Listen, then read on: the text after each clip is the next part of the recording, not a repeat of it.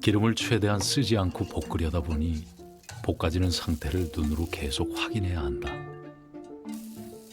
정 모르겠으면 맛을 봐가면서 하면 되고, 그래도 모르겠으면 인터넷에 물어보면 돼.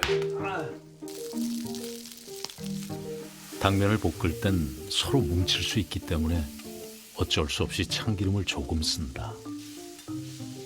그래도 뭉치는 낌새가 보일 것 같으면 곧바로 다른 재료들을 넣고 뒤섞으면 된다.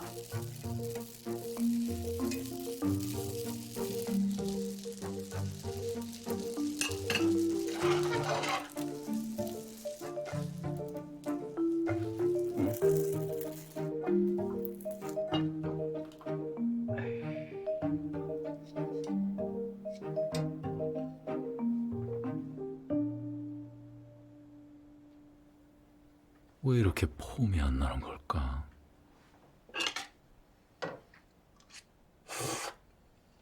아무리 소금이나 간장을 쓰지 않았다 해도 너무 밍밍하다. 아, 쥐똥고추가 있었지. 요리에 폼이 안 날 때는 매운맛이 제격이다. 냄새는 생각보다 맵지 않은데. 하나로는 부족한 것 같아 2개를 더 썰어 넣었다. 마지막으로 블로그에 올릴 사진을 찍는 것으로 요리를 마무리한다.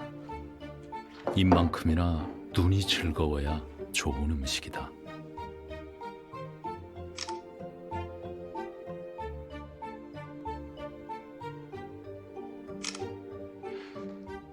다 됐어. 일로 와서 앉아.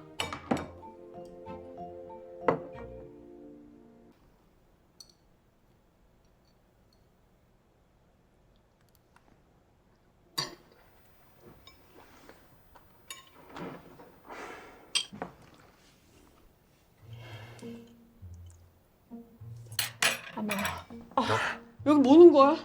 어? 아, 아니, 이거. 이거 대구 고추잖아. 어. 이거 얼마나 넣은 거야? 작은 거 3개. 미쳤다. 나 물 좀. 얼음물 좀. 야, 먹지 마라. 사람 잡겠다. 내가 다른 거 해줄게. 아니야, 진짜 괜찮아. 맛있어. 아, 우리가 서로 예의 차릴 사이냐? 아니, 진짜 괜찮다니까. 계속 밍밍한 것만 먹다가 매운 게 들어오니까 입맛이 확 도네.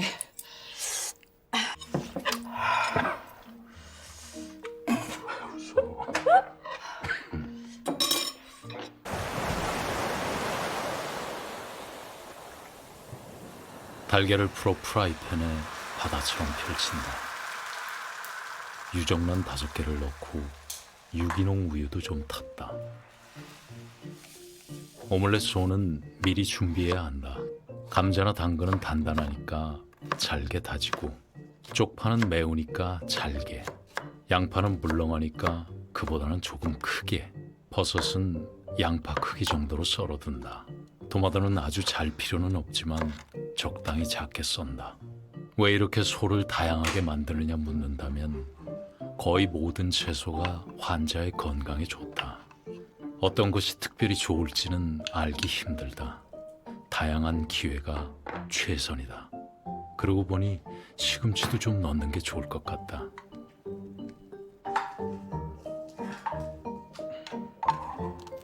오믈렛으로는 싫어하는 것도 먹게 할 수 있다. 모르고 먹으면 대개 토하지 않는다.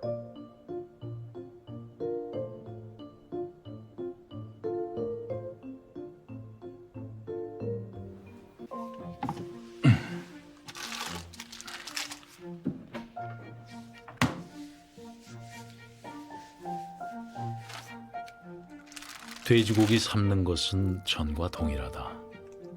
된장을 풀고 대파, 통마늘, 생강, 통후추, 월계수잎. 네, 이럴 줄 알았지. 필요할 때 나타나줘서 고맙다고 해야 하나?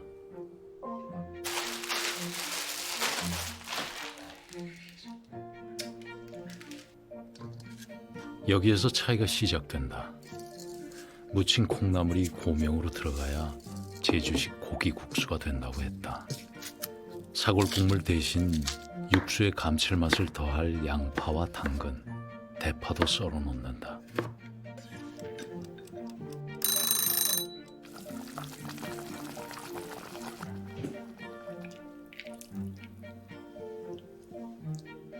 식초와 소금을 푼 차가운 물에 삶은 돼지고기를 잠시 담그면 고기가 물러지거나 부서지지 않는다.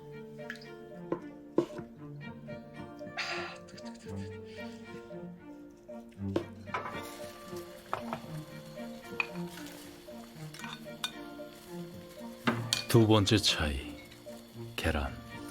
제주 사투리로 독세기. 전통 돈배국수에는 독세기를 꼭 풀어서 넣어야 한단다. 어렵던 시절 계란은 손님을 대접할 때 항상 빠지지 않는 식재료였다. 사골 국물을 빼니 돼지의 향이 오롯이 올라온다. 먹어본 맛은 아니지만 제주도식이 그렇다니 믿어보는 수밖엔. 미리 귀했던 제주도에서 메밀을 국수 반죽에 쓰는 것은 자연스러운 선택이었을 것이다. 미각에는 기억을 불러내는 힘이 있다. 돈배국수를 먹으며 제주도 바닷가의 눈부신 오후를 떠올릴 수 있으면 좋겠다.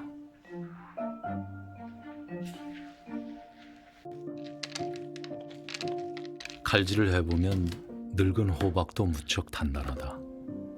그래도 호박은 당근보다 무를 것 같다.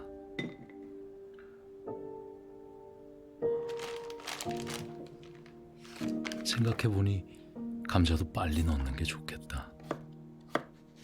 양파, 연근, 우엉.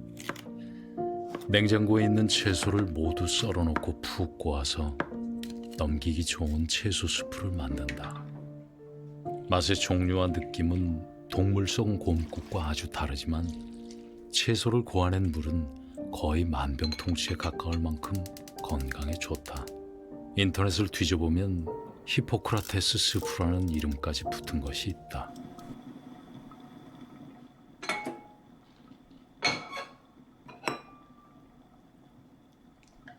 여러 가지 채소가 무엇인가에 대해서는 사람마다 생각이 조금씩 다르다.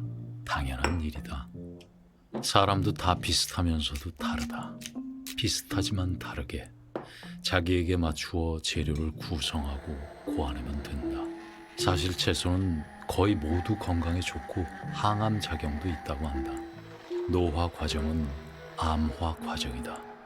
항암 작용이 있다면 결국 젊음을 유지하는 데도 효과적이라는 뜻이다. 양배추를 조금 더 썰어 넣을 걸 그랬다. 위장에 좋다니까. 감자도 조금 더 넣을 걸 그랬다. 비타민 C 때문에.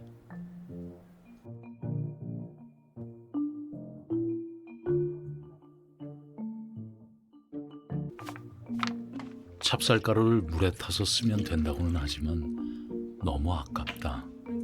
굴비 손질하는 이야기는 다 비슷했다.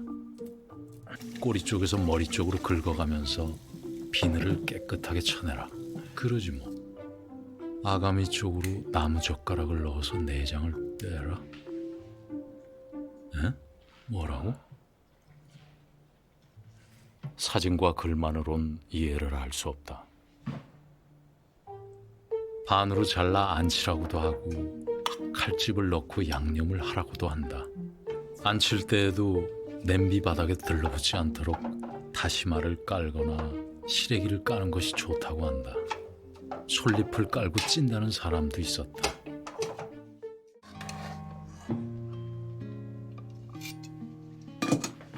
자,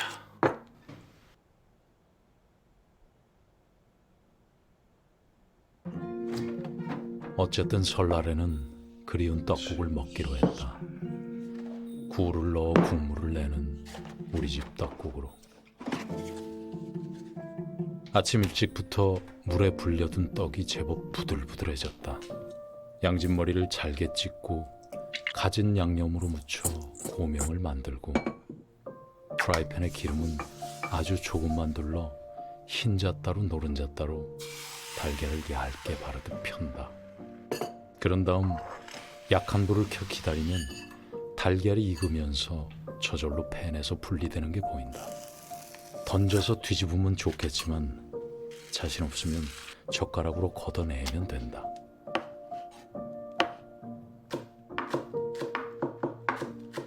생굴을 넣어 시원하게 끓인 육수를 쓰고 오전 내내 만든 고명으로 간을 맞추어 떡국을 끓였다. 아들을 깨워 셋이서 맛있게 먹었다. 이 순간만큼은 모든 걱정 다 떨치고 그냥 맛있게 설날 떡국.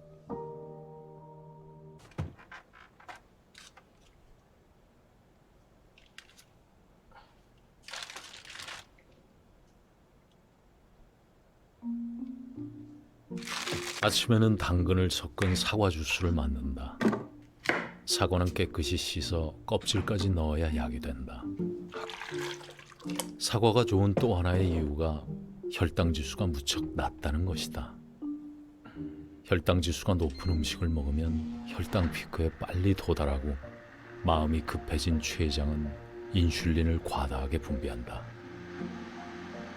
딸기, 사과, 배는 그 당도에 비해 혈당 지수가 두부보다 낮다. 고구마는 감자보다 칼로리는 높지만 오히려 혈당 지수는 낮다.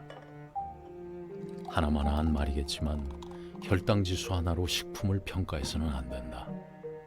먹을거리에도 하나의 정답 같은 건 없다. 무던한 성격이 축복인 또 하나의 이유다. 무얼 만들든 일단 돼지고기부터 썬다. 해동이 필요하면 감자나 양파부터 썰 때도 있다. 오늘은 볶음밥을 만들면 좋겠다. 편식을 막는 최고의 메뉴다. 과일을 적당하게 넣으면 은근하게 맛있다. 집에서 만들면 좋은 것이 재료를 마음껏 넣을 수 있다.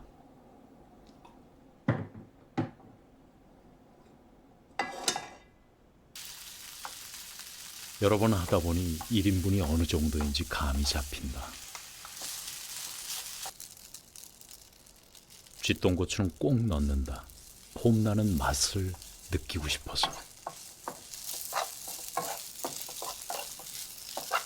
아들은 하지 말라고 하지만 해주면 아주 맛있게 먹는다. 그래서 준비할 맛이 난다.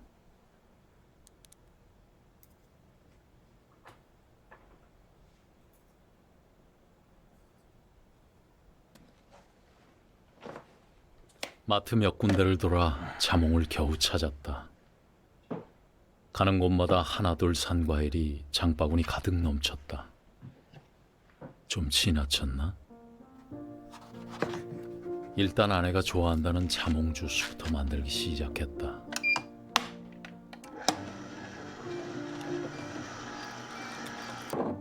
그 다음엔 용과 주스, 레몬과 포도를 함께 넣었다. 그 다음은 사과 주스. 토마토 주스는 섬유질이 많고 항암 작용도 탁월하다. 보리새싹과 케일을 섞어 녹즙도 만들었다. 쓴맛을 잡아줄 청포도와 함께.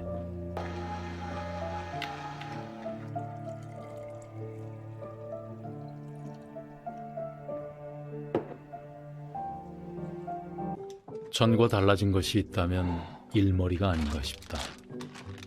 전에는 서둘러 냄비와 프라이팬부터 올리고 불을 켰다. 지금은 머릿속에서 일 순서가 잡히고 재료 양도 꽤 가늠이 된다. 자주는 아니지만 한식이 물릴 때쯤 파스타를 만들어주곤 했다. 해산물엔 토마토 소스가 더 잘 어울린다는 입장이지만 어린 손님의 취향을 고려해 크림 소스로 결정했다. 사실은 토마토도 마침 떨어져 있는 재료 안에서 승부를 봐야 했다.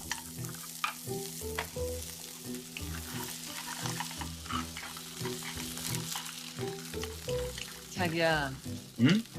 미더덕도 넣으면 향이 더 좋아질 것 같은데. 미더덕? 그래. 낯선 모양이 조금 걱정이 되지만 싫다고 하면 빼주면 된다.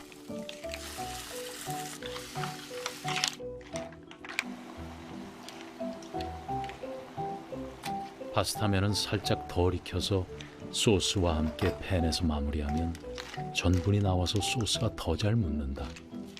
이번 경우는 수제비지만 큰 차이는 없겠지. 자, 태울까. 와, 태호 좋겠다. 오.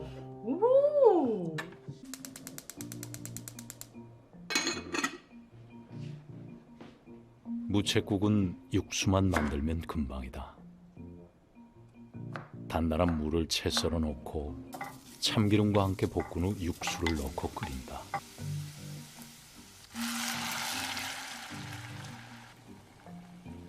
한 소끔 끓어오르면 국간장으로 간을 맞추고 들깨가루를 넣으면 끝이다.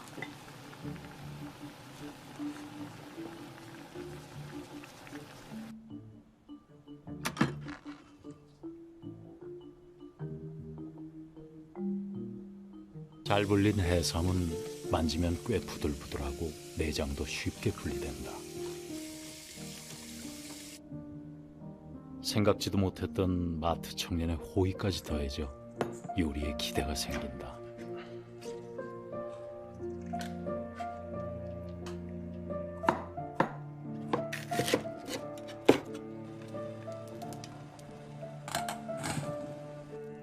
굴소스로 간을 맞추고 준비한 채소와 해삼을 넣고 볶는다. 아내가 잠에서 깨기 전에 만들어야 하니 시간이 얼마 없다. 웬만큼 볶아졌다 싶으면 다시마 물을 자작하게 붓고 미리 만들어둔 전분물로 걸쭉한 정도를 조절한다.